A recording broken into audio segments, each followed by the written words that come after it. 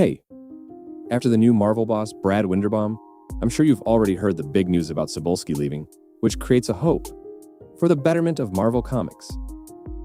But there's a pattern as well about whenever an editor is changed. So we'll discuss whether Marvel goes for a positive change or following the same pattern, from Joe Quesada to the new guy named Stephen Wacker. In case you're searching for the pre-OMD era comics of Spider-Man, I would suggest Spidey Lore's YouTube channel, who covers all the notable events of the pre-OMD comic era of Spider-Man. So let's begin with the guy named Dan Slott. I'm sure you've heard of this writer who introduced Superior Spider-Man. So this guy used to search up his name on the internet to clash with the fandom mostly. He basically treated fandom like trash. And whenever he started to lose an argument, he blocks that person or drops unprofessional statements like, "Go fuck yourself." Why fandom used to get into heated arguments with him? Let me tell you why. You might love Superior Spider-Man, especially the casual readers, who saw Spider-Man growing his spine and treating villains brutally. It was an interesting concept, but many negative points had come with that run. Superior Spider-Man was only famous because Spider-Man for once grew his spine after making him a man-child guy with miserable personality. Otherwise, there's nothing special about Superior Spider-Man. Let me tell you why. It made Otto look creep, a 55 or 60 years old guy, maintaining a relationship with a girl half his age. Every supporting character around Superior Spider-Man was just too dumb to figure out something was wrong about how Peter is acting. Tried to make Peter a Tony Stark rip-off by creating a tech company called Parker Industries, butchering of Mary Jane and Felicia's personalities. And I can prove it to you. This guy launched Superior Spider-Man as a nostalgia bait again in around 2023 or 4, and it didn't perform well. The first issue ranked hardly at 10 or 11th position due to variant covers or whatever tactics they use. Variant collectors bought the first issue and ignored the rest. The rest of the issues dropped down like a rain from the sales rankings, disappearing from the sales charts. The rest of the issues were a disaster. Second issue landed at 41, and so on. Similar to the recent comic run of his spectacular Spider-Man Brand New Day, which I'll discuss in the further video. Aside from Superior Spider-Man, the previous one was Brand New Day, making Peter Parker a man-child, giving him a miserable personality. His other work was about Silk. That story was nothing but Silk, and Peter making out every time. And self-insert Carly Cooper, who I believe was Joe Quesada's daughter, shoved down the throats of Spider-Man fandom. Spider-Verse, inspired from JMS, was nothing but messy and confusing storyline. The only good arc was Spider Island, in my opinion, and the rest were forgettable. And when fans pointed this out, he used to mock or attack them. The hypocrisy I see here is they used to separate MJ and Peter for relatability, which I don't understand. Why being in love is not relatable. And out of nowhere, he gets rich, owned, Parker Industries, swapped his minds, which is definitely relatable. Right?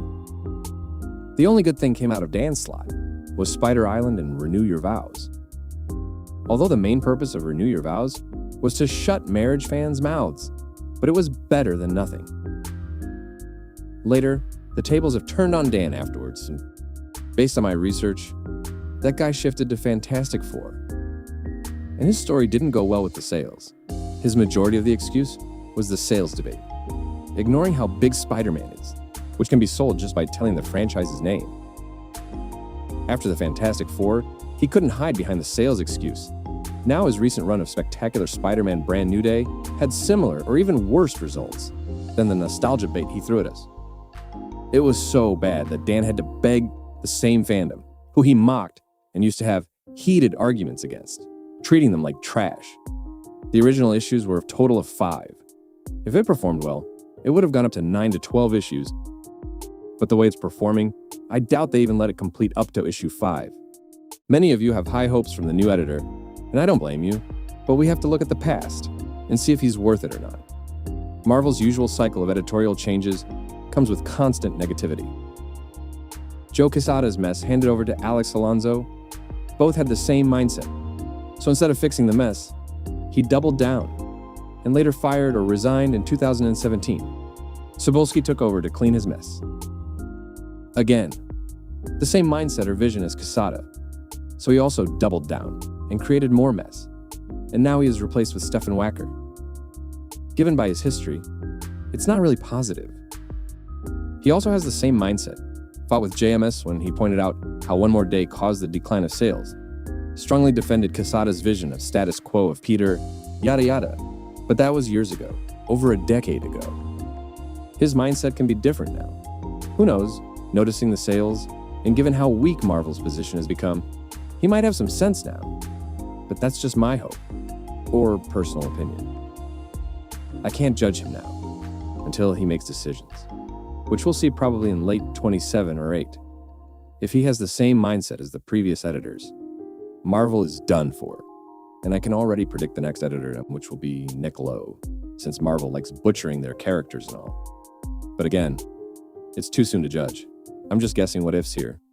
We have to wait and watch. And before you attack in the comment section to defend Superior Spider-Man, name one positive thing coming out of that arc. Otto's character development, which was erased later on. Already pointless. Admit it, the only reason Superior was famous, because it showed more ruthless and tough Spidey after being miserable all the time.